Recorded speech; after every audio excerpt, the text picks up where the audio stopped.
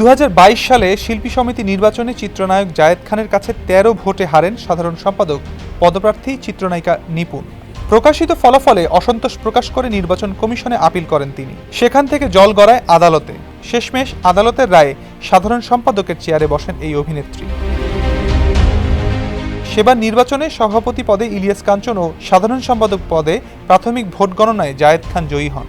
কিন্তু এই ফলাফল মেনে নেননি সাধারণ সম্পাদক পদে পরাজিত প্রার্থী নিপুণ আক্তার। পরবর্তীকালে আদালতের নির্দেশে শিল্পী সমিতির চেয়ারে বসেন তিনি। জানা যায়, শিল্পী সমিতিতে নিপুণের দাপটের পেছনে এক রাজনীতিবিদের সরাসরি প্রভাব ছিল।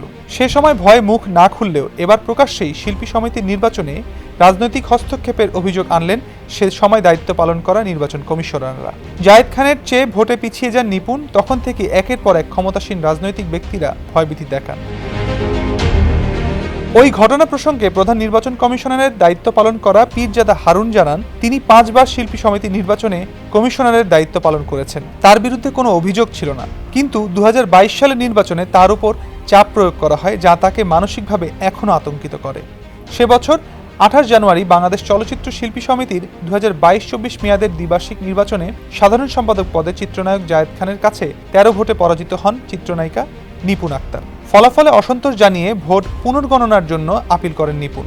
শিল্পী সমিতির সেই নির্বাচনের সঙ্গে যুক্ত আরেকজন জানান, আমাদের নির্বাচন কমিশনারদের একের পর এক ভয়ভীতি দেখিয়ে গালিগালাজ করা হয়।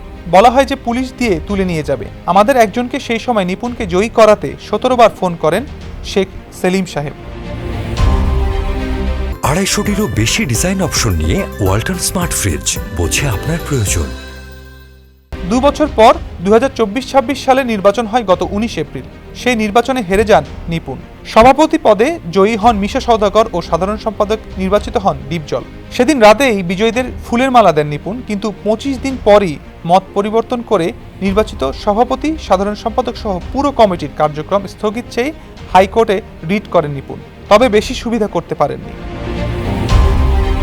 নির্বাচনে হেরে যাওয়ার পরও কোটা সংস্কার আন্দোলনের সময় শিল্পী সমিতির প্যাড ব্যবহার করে জুলাই মাসে বিবৃতি দেন নিপুণ। এরপর তিনি বর্তমান কমিটি নির্বাচিত সদস্যদের তোপের মুখে পড়েন। তার বিবৃতিতে লেখা ছিল, কোটা আন্দোলনকে ইস্যু করে যারা মুক্তিযোদ্ধাদের অসম্মান করছেন এবং রাজাকারদের প্রতিষ্ঠা করার চেষ্টা করছেন, তাদের তীব্র নিন্দা, ঘৃণা ও প্রতিবাদ জানাচ্ছি। মনে রাখতে হবে, তুমি কে, আমি কে, বাঙালি বাঙালি, এই স্লোগান বাঙালি জাতির সবচেয়ে গর্বের স্লোগান। জয় বাংলা। এই বিবৃতি নিয়ে শিল্পীরা নিপুণের বিরুদ্ধে প্রশ্ন তোলেন। 2008 সালে আওয়ামী লীগ ক্ষমতায় এলে বদলে যান নিপুণ। রাজনৈতিক অঙ্গনে তার চলাফেরা বাড়তে থাকে। সেই সময়ই তার পরিচয় ও ঘনিষ্ঠতা হয় আওয়ামী লীগের সভাপতি মণ্ডলীর সদস্য শেখ সেলিমের সাথে। 2012 সালে বনানীর অভিজাত এলাকায় নিপুণ গড়ে তোলে নিজস্ব পার্লার। সেটা উদ্বোধন করতে আসেন শেখ সেলিম। সেই থেকেই আলোচনায় আসেন নিপুণ।